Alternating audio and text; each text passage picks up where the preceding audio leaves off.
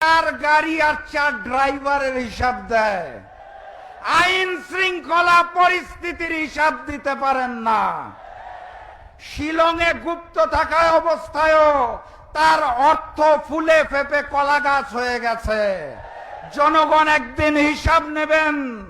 ওনার বক্তব্য শুনে মনে হয় বাংলাদেশের স্বরাষ্ট্রমন্ত্রী নয়, ভারতের মুখ্যমন্ত্রী কথা বলছেন।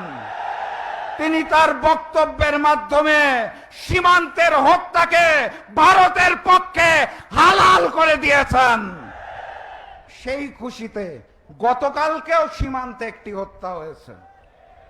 সেই খুশিতে গতকাল ভারত থেকে নবনিযুক্ত হাই কমিশনার বাংলাদেশে পা রেখে ভারতের 140 কোটি মানুষ আর বাংলাদেশের 20 কোটি মানুষ নিয়ে 160 কোটি মানুষের নতুন মানচিত্র করতে চায়।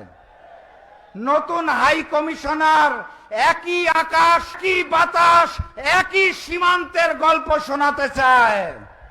আমরা স্পষ্ট ভাষায় জানিয়ে দিতে চাই, ফ্যাসিস্ট শেখ হাসিনাকে নিয়ে ভারতের করদ রাজ্য বানানোর জন্য বাংলাদেশকে নিয়ে যে ষড়যন্ত্র করা হয়েছিল, তার ফলাফল হিসেবে শেখ হাসিনাকে দিল্লিতে পালিয়ে যেতে হয়েছে।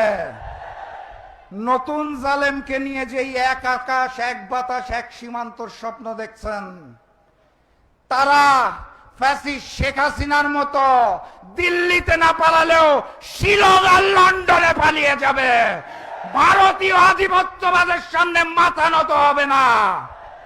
গণভোটের জনরায়ের আলোকে এই জুলাই সনদ বাস্তবায়ন হতে হবে।